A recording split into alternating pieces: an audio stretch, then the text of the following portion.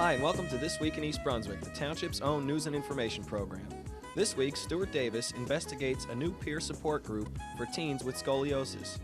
And Dolly Vasta offers an introduction to a new dance company which will soon perform at the East Brunswick High School.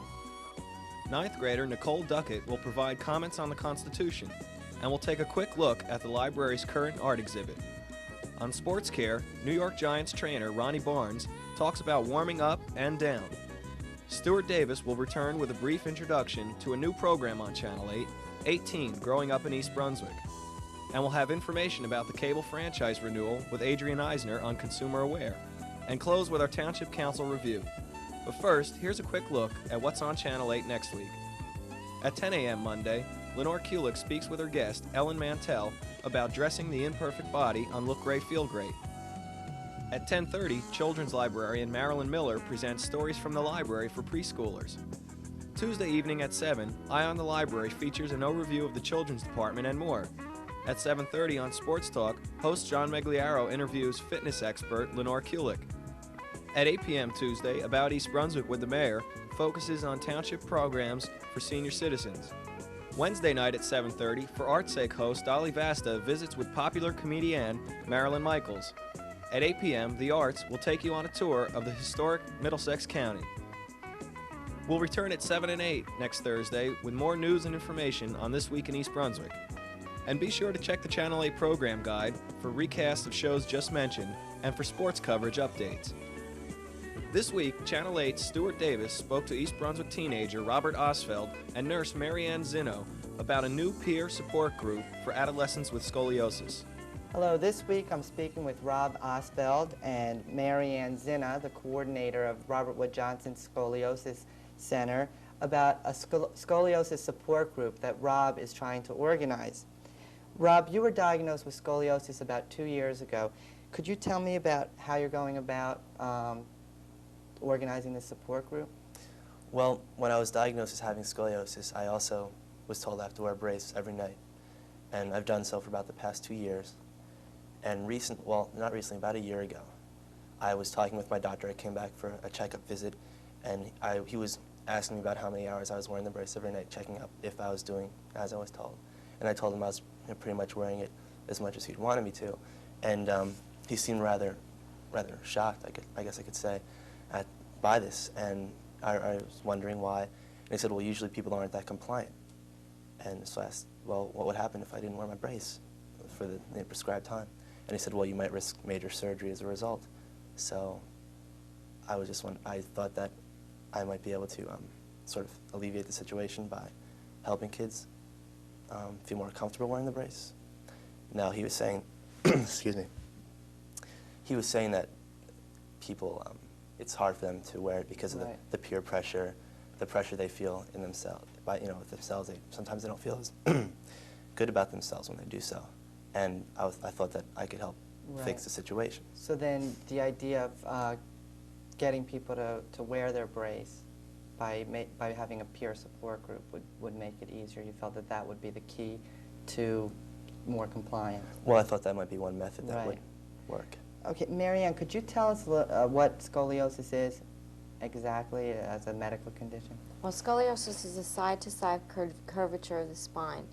And in a normal spine, you don't see any side-to-side curvature.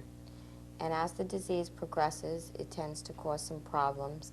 Along with the cosmetic deformity, if the disease progresses and becomes severe, you can see some back pain later in life because of some degenerative changes in the spine. And the most common area that we do see scoliosis in is the thoracic area, which is your upper chest area. And in this area, if the disease progresses, you'd see some shifting in the chest cavity, which could lead to some lung and some heart problems. And in extremely severe cases of scoliosis, maybe even an early death. Right. Well, this support group is focusing in on adolescents. Is there a reason for that other than looking at adults as well? Well, scoliosis, you find it more prevalent in adolescents, and you can only treat someone for scoliosis non-surgically while they're still growing. So basically, New Jersey started your school screening programs after some other states They found it pretty effective in picking up kids before they got to the point where they needed an operation for the scoliosis. And that way we can catch them, treat them, either by observation or by some non-surgical means such as bracing. Right, I remember when they started that program. Is that where you get most of your referrals from at Robert Wood Johnson? We get the referrals from the schools, from pediatricians, and from orthopedic surgeons, because most orthopedic surgeons primarily deal with basic orthopedic problems and prefer to send their scoliosis patients to a scoliosis specialist. Right. Now, Rob, since you've been wearing your brace, the progression of your curve hasn't gotten worse. It actually has gotten better. At first, they thought I was going to have to wear, there's many different types of braces. And at first, they thought I was going to have to wear one around, that's called the Milwaukee type, around my neck, because my curve is worse up there. But they decided that I don't have all that much growth potential left, so they decided to take a little more, I guess, liberal approach with a little smaller brace. And I've been lucky enough to see that my brace has not, my curve has not progressed, and in fact, it's gotten a little smaller. So then surgery is not in your future? No, I don't think so. I hope not. Well, that's good. How are you going about reaching out to the people to get them to be involved in your support group? Well, Marianne has helped me out a lot in this means, and what she's done is she typed up a form letter, and she sent it out to all the people currently being braced. Is that being braced through Skip Right. Laufer's practice? And basically, she said, well, there's a 17-year-old, and he wants to start a scoliosis support group for people being braced, and we'd like to know whether or not you'd like to be involved. And she sent out, I'm sure, quite a few, and unfortunately, we didn't get that much of a big response. We got about 20 people. That's definitely big enough to start a group with. Right. How many did you send out? Almost 200. So you got about a 10% response, Right. right? That's Talking to a lot of the kids afterwards and some mothers, their children are leaning towards joining the support group, but I think it's more of a wait-and-see attitude. right. Now, from your experience, how many adolescents do participate in wearing the brace when they're prescribed to? Well, I'd say about 80%. I'd say about 20% are not as compliant as they should be. I think it's because in the past couple of years they've seen that a 16-hour day bracing schedule versus a 23-hour day schedule is just as effective. Robert was lucky he didn't have to start out with such a strict wearing schedule. Believe it or not, I found that girls tend to be a little bit more compliant than boys. Most of my patient population is girls, but girls seem to be more future-oriented, whereas they're worried about what they're going to look like in the future, whereas boys are more interested in the here and now and being just like their friends at this moment in time, and they don't anticipate the future quite as much. Also, guys tend to grow later, and that's when the scoliosis will be most prominent and would have the most chance or biggest chance for progressing. So guys usually grow, gets a little later, and so they'd strike them at a different time of life than it would girls. Right. So how did you feel when you found out that you had scoliosis and you'd have to wear a brace? Well, well, first that's pretty upset, and I wasn't too happy about the whole situation. And let's see. Well, I talked to my parents, and they were really supportive about it. And I figured, well, it's going to be over in a couple of years. It's not going to be a permanent thing. And well, hey, if I don't do this, I'm going to have surgery. So I was pretty upset, but I eventually dealt with it, and now I hope to help other people deal with it. You were about 15, so that's a hard age. Were your friends supportive of you, or did they make it more difficult? Well, at first I was kind of embarrassed. I didn't really feel like telling my friends that I had scoliosis. I thought, well, gee, what are they going to say? But I guess at around that age, I was lucky they're past the stage of teasing you about something like that. And they were very supportive. I wouldn't go around advertising, Right. scoliosis. Right. But, I mean, they were very, very That's helpful. good. How many people, I mean, I know it's a very prevalent disease. Do they have any percentages of how many adolescents have it? Well, they say about 3 to 5 out of every 100 kids, adolescents, has a scoliosis, and maybe about 1 to 2 out of that 3 to 5 need observation and/or treatment, which doesn't sound like a lot until you consider the adolescent population, and then it does come into some fairly large numbers. Well, I hope that maybe you can get a few more people interested in joining your group, and then later on, once you get it started, you can come back and talk about how it's going and where you're meeting and things like that. Do you think you could give a phone number so that people could call if they're interested? Oh, certainly.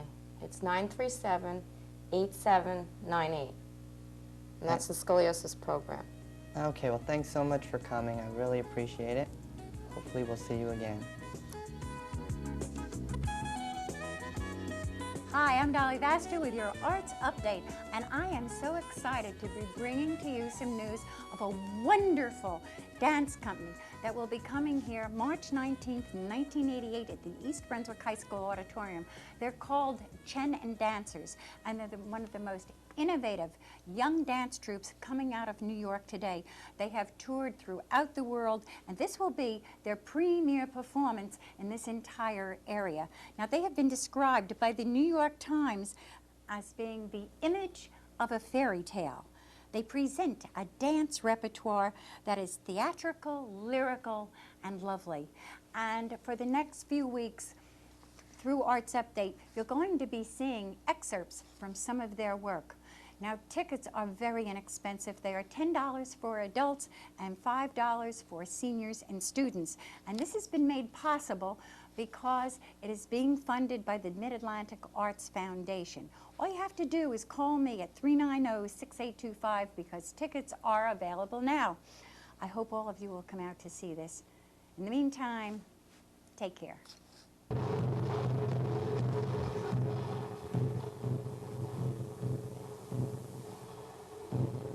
Chen and Dancers, a New York modern dance company, presents programs of imaginative, poetic, and theatrical works. Combining Eastern themes with Western techniques, Chen and Dancers' repertoire has been cited by Dance Magazine for its fresh and arresting style, and by the New York Times as having all the magic of a fairy tale. Supported by the New York State Council on the Arts, the National Endowment for the Arts, and several corporations, the company has shown itself to be one of the most distinctive young modern companies in the U.S.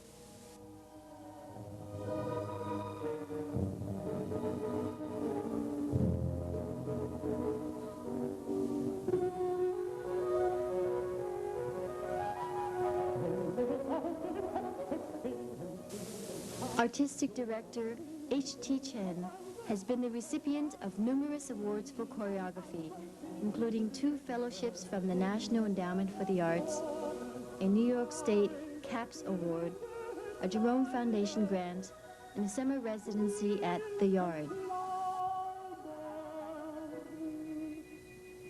Chen and Dancers' repertoire includes The Mysterious Grandfather Turtle,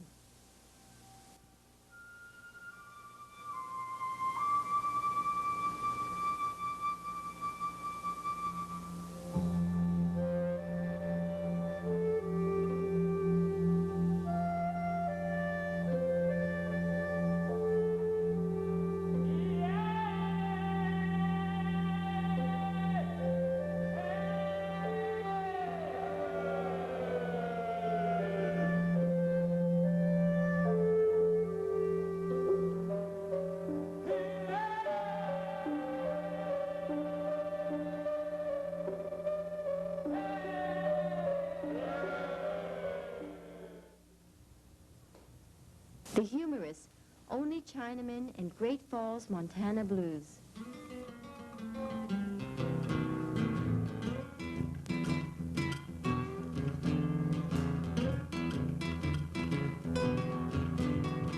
Got a little place, and it's way out west. I don't do bad, try to do my best. One day I took a look and you know what I found. I was the only Asian about 400 miles around. Guess I'm gonna get me a big cowboy hat. Learn to play baseball with a bat. Invest in a pair of fancy jockeying shoes, so I can get rid of these only Chinamen in Great Falls, Montana blues.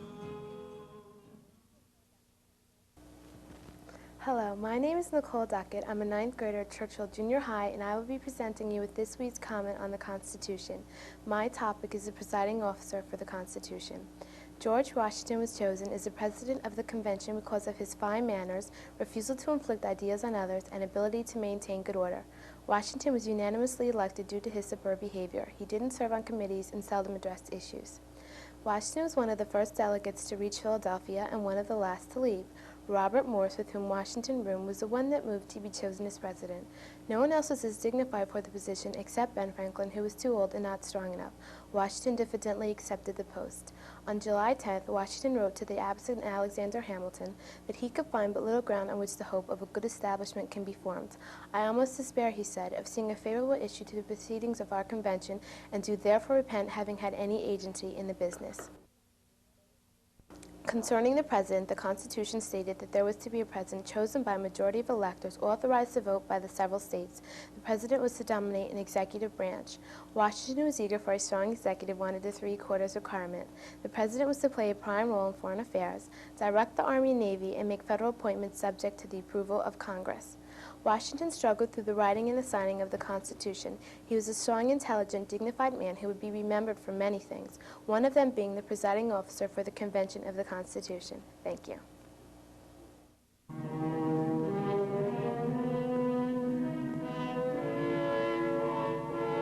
Since the dawn of time, man has sought new and better ways to propel himself across his small planet.